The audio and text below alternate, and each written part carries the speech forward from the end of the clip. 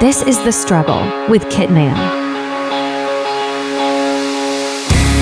Well, hi there, and here we are on day 4 of the fast, the finish, the wrap-up of the 4-day fast, and you're getting updated here on The Struggle. This is actually episode 5 of The Struggle. I'm anxious to stop doing this particular theme on the podcast because I'm tired of thinking about episode 5, day 4.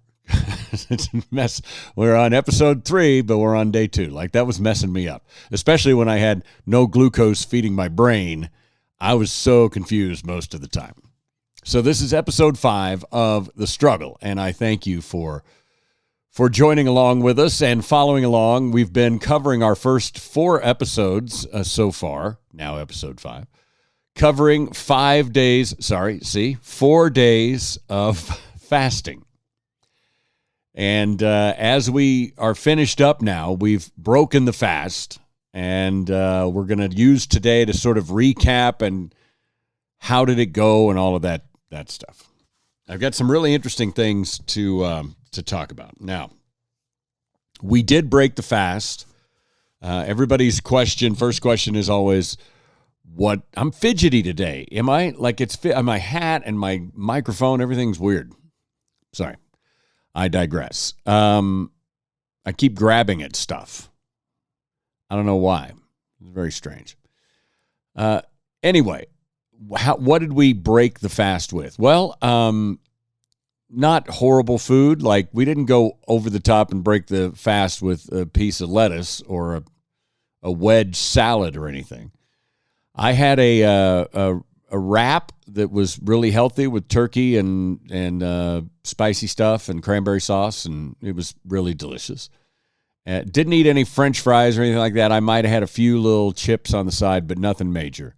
Just a couple to kill the salt craving. So pretty healthy on the break of the fast. Didn't feel really too many after effects as far as, guts or anything like that. Everything felt pretty good. One mistake we probably made for especially the last 12 to 15 hours and then on the break of the fast as well.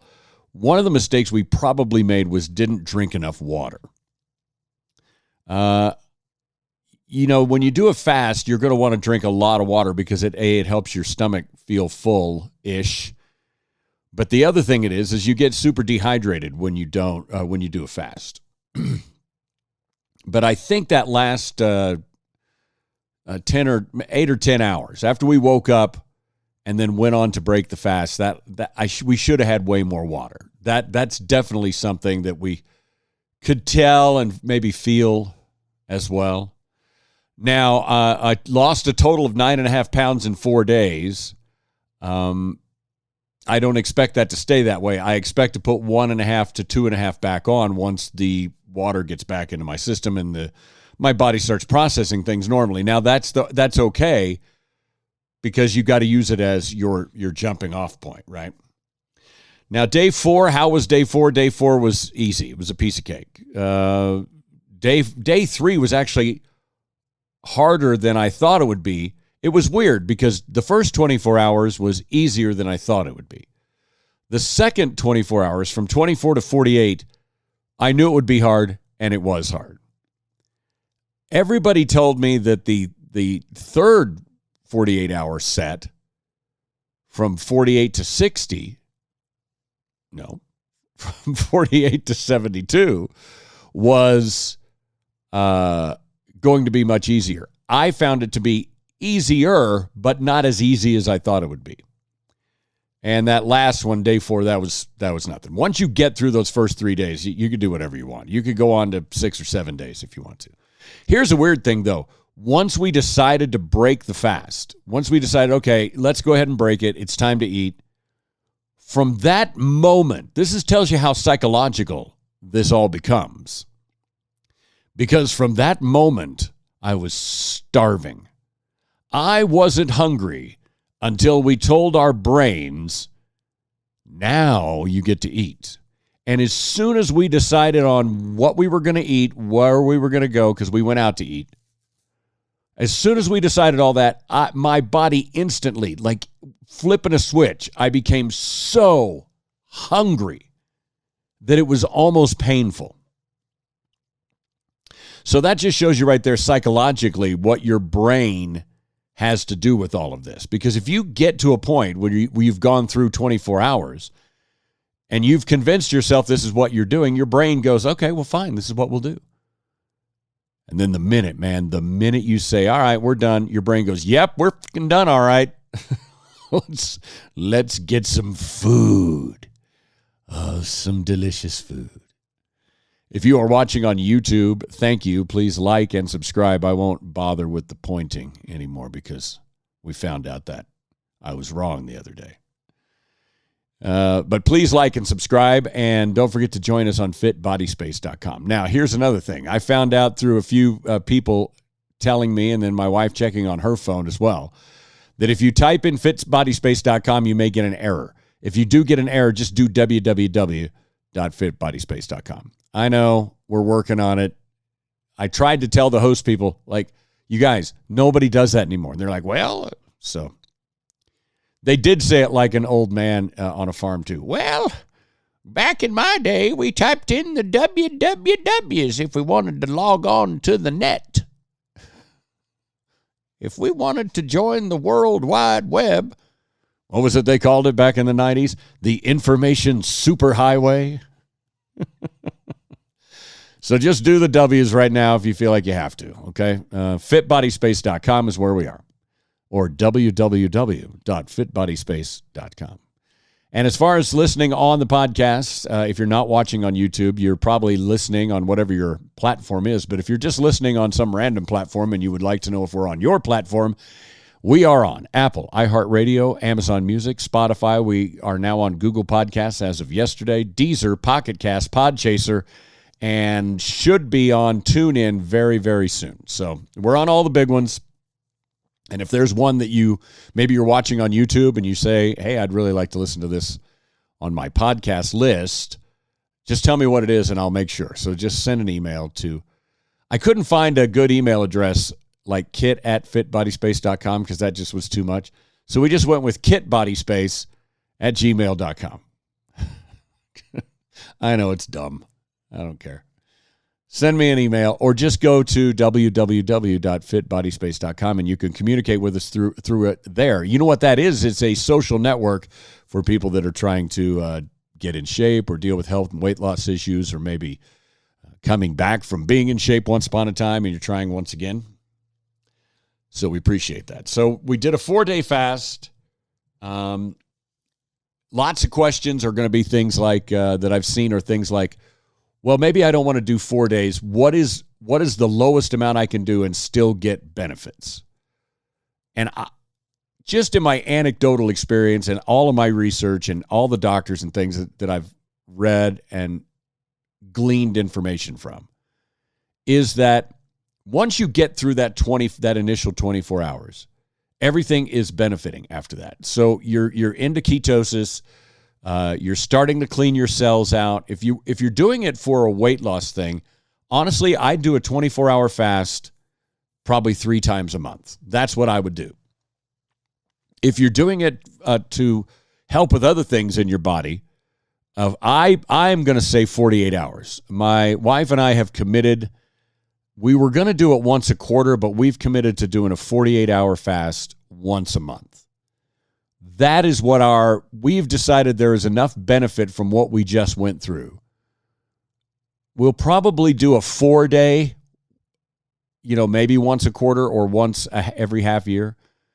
But I don't know if we're going to need to do the 4-day once a quarter if we keep up with a 48-hour once a month. And you got to kind of plan that ahead of time because you need to get your brain right. You need, like we talked about, it's all psychological. You start telling yourself that I do a 4-day fast, or I do a 2-day fast, or I do whatever, and I'm doing it on this date. It's coming up in 2 weeks. You start getting your body and your mind ready for it. That's super important. You can't just decide today, I'm going to start fasting now. You can't just do that because you'll fail. You need to tell yourself today is Saturday or today is Sunday or whatever day you're listening this on. Let's say you're listening on Sunday and you want to start this week. You need to tell yourself on Wednesday, I'm going to start a 48-hour fast. And then you need to stick to it because your brain, if you say you've been telling your brain for 48 hours, I'm going to 48 hours. I'm going to do it. I'm going to do it on Wednesday. I'm going to do it on Wednesday. I'm going to do it on Wednesday. And Wednesday gets there and you decide, I'm going to start Thursday. You've just pissed your brain off. Now your brain's like, no, you won't. Idiot. You're not starting anything. And then it's going to be harder for you. So just like every commitment you make in life, make a commitment to yourself and stick with it. Because it's going to be important. Now, other questions. Were there any side effects? Negative side effects. The only negative side effects that I think I experienced, and I know my wife did, is I did have headaches quite a bit at the beginning. A little Excedrin took care of it. It was fine. It was nothing major. Headaches when I woke up in the morning, headaches throughout the day. A lot of that's going to be a lot of things, like you're in withdrawal from sugar and caffeine if you've been pounding that. It could even be the fact that you're in withdrawal from processed food, from all the garbage that's in that. And it also could be some dehydration. There's lots of reasons. But, we did have some headaches. Both of us had some minor skin breakouts, but nothing we couldn't handle. It was no big deal. You're going to experience that any time you do any kind of a cleanse. It's just your body's way of getting rid of toxins. So there is that, and it is something that you're going to want to be aware of. But other than side effects, other than those two side effects, there wasn't anything really major that we did. Now, what are we going to do from this point on? So I already told you that we're going to incorporate a 48-hour fast into our lives about once a month. Other than that, we are going to switch to intermittent fasting, and we're going to switch to that immediately. We already started it, and we're going to go with a 20 and 4. So we don't eat for 20 hours, and we have a 4-hour eating window. Our 4-hour eating window happens to be 2 p.m. to 6 p.m., because that's how it fits into our lifestyle. We both get up very early for work. We eat dinner early. Most people probably don't eat dinner as early as we do. We eat dinner promptly at 5 o'clock. Well, I say promptly, between 5 and 5:30. But it's usually right around 5:10 we eat dinner, because our days are very early days. We go to bed early, we get up early. That's just the way our lifestyle is. Now, whatever yours is how you have to fit it in. But the way an intermittent fast works is that you stop eating after your dinner at night. And then you choose, am I doing an 18, a 16? How many hours am I going to go without fasting? Okay, so then you don't, after dinner that night, you don't eat again until that many hours the next day. So if you're doing an 18-hour, you stop at 6, you're not going to eat again until noon the next day, and you're going to have a 6-hour eating window from noon until 6 o'clock, right? We are doing a 20 and 4, so our eating window does not begin until 2 p.m. the next day, not noon. And you can push that around. You know, if your last meal is at 7 instead of 6, you can obviously push that around and shove it around a bit. But so we're going to incorporate that. If you are on different programs, whether it's Weight Watchers or Noom or Keto or whatever, some of them are not friendly to intermittent fasting. Some of them will poo-poo it and knock it down. And we're going to go over in a minute. We made a whole list of things we learned during the 4-day fast. And some of these are going to probably be shocking, but other than that, I think they may be super informative. So we're going to do that recap here in just a second. Oh, another thing that we didn't realize is how much we would miss multivitamins. We screwed that up because multivitamin should be part of your fast. We screwed up because, as we talked about in one of the other episodes, our multivitamins are gummies, and our gummies have sugar in them, and it would have been pointless to eat them on a fast because the whole point of it is to get rid of the glucose and the sugar, and we just be restarting it every time we ate gummies the next morning. So we screwed that up. We should have had a multivitamin. I think we probably would have felt a lot better. So let's run down the 7 things. We made a list yesterday of 7 things we learned during the fast. Before I do that, I want to get to one more point and one more question because we talked about it in the last episode. When you do a fast, as we talked about, you've gone cold turkey on everything. So pick something that you don't want in your life anymore. And I told you I was picking bread, right? And so that's where we started. I did have the wrap yesterday, but it wasn't flour. I didn't have any flour. It wasn't a breaded wrap. It was a gluten-free wrap that tasted fine. It was really good. Bread is one thing. The other thing I want out is the energy drinks, the chemical-laden energy drinks, the Monster, the Rock Stars, and stuff like that. I have gotten pretty much everything else out of my system. Energy drinks were my last remaining consistent vice. Like, I don't smoke, I don't do drugs, anymore. No, I'm just kidding. We don't drink all that much. We probably have drank more in the last 2 months than we have in a while, or the last 6 months than we have in a while. We'll pare that back. That's not a big deal. But the energy drinks I find super hard to kick. So I'm switching, and I'm trying to get rid of the chemical ones, and I'm sliding into the yerba mate. I'm going with the clean today. I don't know how it's going to work out for me, but we'll see. But that's my last remaining vice. But I can't cold turkey. I did for the 3 days or 4 days, and I missed them. I didn't really. I'm not missing. I'm not that weak. But once I told my body I was through fasting, the first thing I did was wanted a Monster energy drink. So we're going to try to get rid of those 2. All right, the 7 things that we learned, I've got them written down in my fasting diary. I also noticed around the house I have like 7 fasting diaries because I keep losing my notebook and having to start over. Okay, here we go. Thing that we learned, number 1, unless you are in elite athlete shape or have already dealt with this in your life, we are all carrying 7 to 10 pounds of bloat, of extra water, extra gas, extra crud in our systems. You will relieve this by fasting.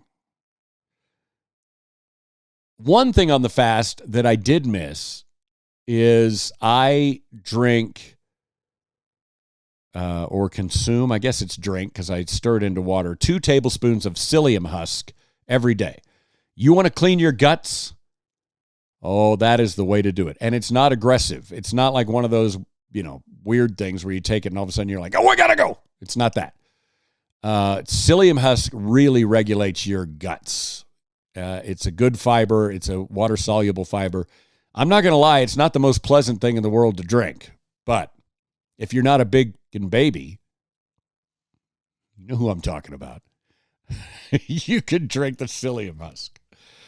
And that helps with the bloat too. But we are all, if you're thinking to yourself, well, this doesn't matter to me, unless you are in elite shape or have already dealt with this issue in your life, most likely you are carrying 7 to 10 pounds of water, gas, and other stuff bloat. All right, another thing we learned is it doesn't take much. We talked about it a few minutes ago briefly. It doesn't take much.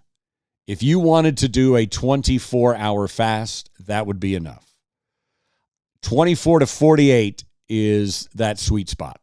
That's where you're doing all the good for your body. So that's what we learned. A 4-day fast, probably not necessary. Although, we may try a 7, but it doesn't take much.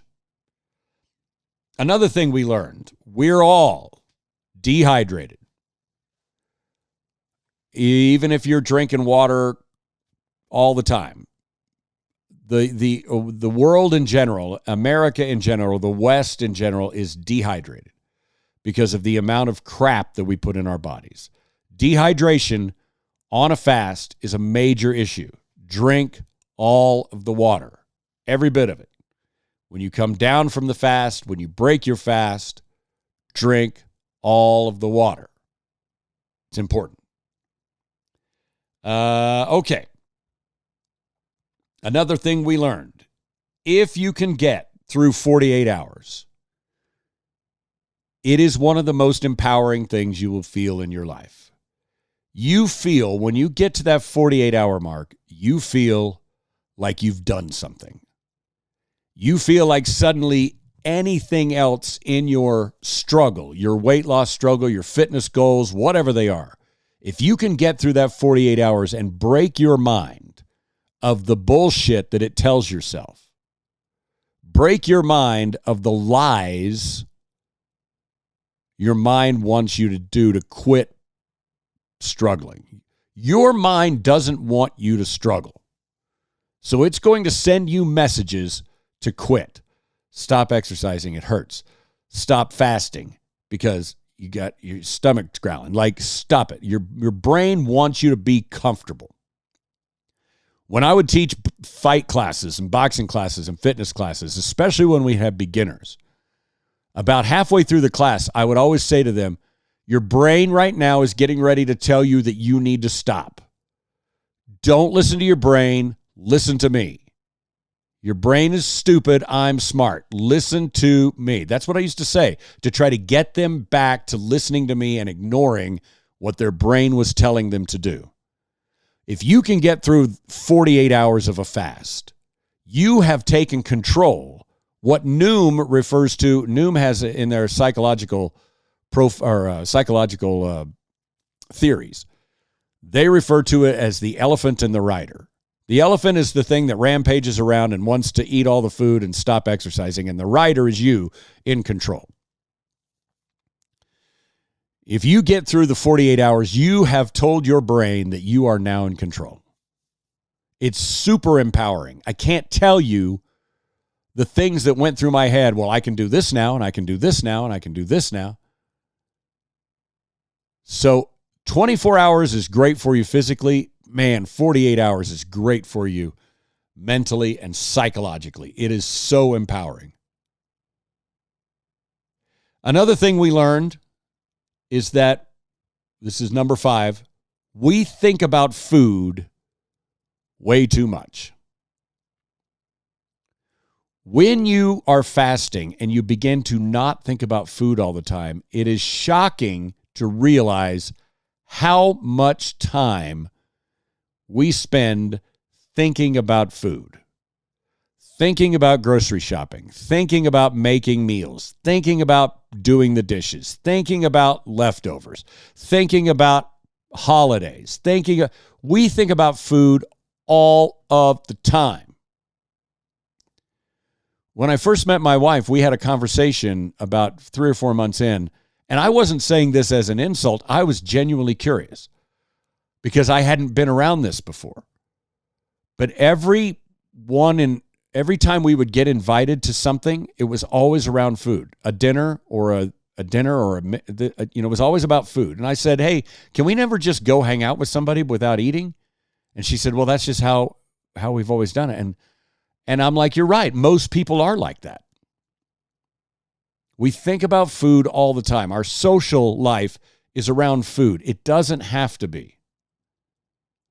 If you're struggling with weight loss and diet and exercise, don't make your social life be about going out to eat. Don't make your social life being about going to happy hour. Make it about other things. Try to find other things to make your social life about. We think about food way too much. When you stop thinking about food, you start realizing how often you think about food. All right. Another thing we learned is that food quality matters.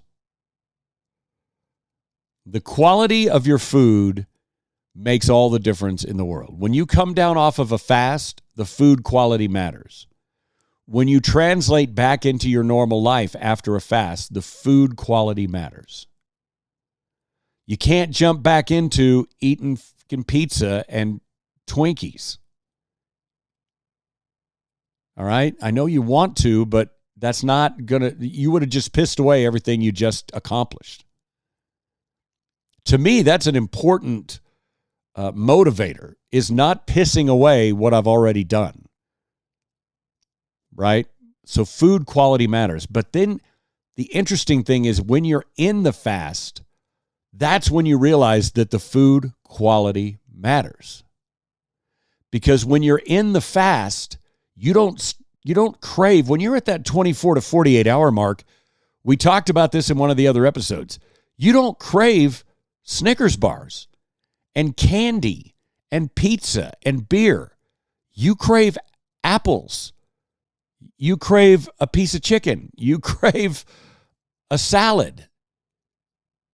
Because that's your body saying, hey, food quality matters. We don't need all of this other stuff. So food quality matters. That's important to remember. And I think the number one thing that we took away from a 4-day fast, my wife and I discussed it at length yesterday to come up with this list because I wanted it to be from other perspectives and not just mine. And this is the number one thing that we took away from it. We talked about it quite a bit. Is that regardless of what program you're on, 3 meals a day is a farce. 3 meals a day is not required. Remember, we had that thing from about the early 80s to the early 2000s where every magazine told you to eat 5 small meals a day, graze throughout the day. Well, they discovered that's bullshit. That actually is not that good for you, and it's only kind of what elite athletes do. And then you have other programs that are trying to force you into this 3 meals a day thing. And look, check with your doctor. Doctors don't know anything about nutrition, by the way. But check with your doctor so that if you get sick, it's not my fault. But I'm telling you right now, 3 meals a day is a farce. And I'm going to show you over the course of the next however many months, we're going to have various episodes talking about things like this. But we sat and we looked at it and we realized, how often are we really damaging ourselves on a cellular level by convincing ourselves that we need 3 meals a day? Because, look, if you're going to eat 3 meals a day and they're going to be perfectly clean, more power to you. But the average person doesn't do that. The average person thinks that they do it, but they don't. Because they start making that the priority rather than the quality of the food. Well, I got to get my lunch in. I better grab this off of this shelf in this store and slam it into my pie hole because I got to get my lunch in. And then you go, well, what did you have for lunch? Oh, I just slammed some of this stuff down my pie hole. And you go, okay, well, you know that was like really bad for you, right? Yeah, but I needed my calories. No. That is an issue that I have with a couple of these programs that I've looked at. This get your calories. You got to get your calories. Do what your body wants you to do. If you're not hungry at lunch, don't eat fucking lunch. Be smart. Don't if you get hunger pangs, by the way, they're called pangs, not pains. If you get hunger pangs, explore what that is before you just grab something and shove it in. One thing I love about Noom and some of these other eating programs, one thing that they all seem to get right is mindful eating. Be mindful about what you're stuffing into your maw. I had a guy one time at the gym, and he was struggling bad. And he was very, very obese, very huge. And we got him down. We lost like 65 or 70 pounds. And he came into me one day and he was struggling mentally, psychologically. He said he just can't stop overeating. And I said, I want you to try something incredibly radical. And he said, why? And I said, just trust me. And he said, okay, what? And I said, next time you eat, next time you have dinner, take your shirt off and eat in front of a mirror. And tell me if that stops you from overeating. And sure enough, he did it. Like, I didn't think he'd actually do it, but he did it. And he said he was going to eat dinner like that for like a couple of weeks because it made him think about what it was doing to his body and how much he was eating and how much he was putting in his mouth and what the quality of the food was. And it made him sit there and watch himself. And he realized, I have control over this. I can stop doing this. And eventually, over the course, it took a long time. Over the course of like 18 months, almost 2 years, he lost about 140 pounds. Now, you don't have to do anything that radical, although it does work. I'm telling you. But you don't have to do anything that radical, but what you do need to do is be mindful about what you're putting into your body. And if you are struggling, keep tuning in to the struggle, and we will keep talking about stuff like this. That being said, the fasting episodes are now done, so we need a new topic. So log into fitbodyspace.com, create yourself a profile there. It is a social network with no politics and no yelling at each other, and everybody is supportive because if they're not supportive, they get booted because it's a place where everybody is welcome and nobody is shamed. At fitbodyspace.com, create a profile and say, I would like for you guys to talk about this. We'll start looking for experts to interview. We will start doing the research we're going to do for you. I have owned 2 gyms. I have been a fight coach. I have been an athlete most of my life. I've been a personal trainer. I've done all the stuff, but I still learn every day from people smarter than me. And we'll start getting some of those people on the show, and they will be here with us on the struggle. So if you did the 4-day fast, congratulations to you. If you're thinking about a 4-day fast and you want to reach out for help, you can do that on fitbodyspace.com. And thanks for watching The Struggle, Episode 5. We'll have another episode here in a few more days, and I will let you know on fitbodyspace.com and here on the podcast what that topic will be on The Struggle. See ya. This is The Struggle with Kit Mann.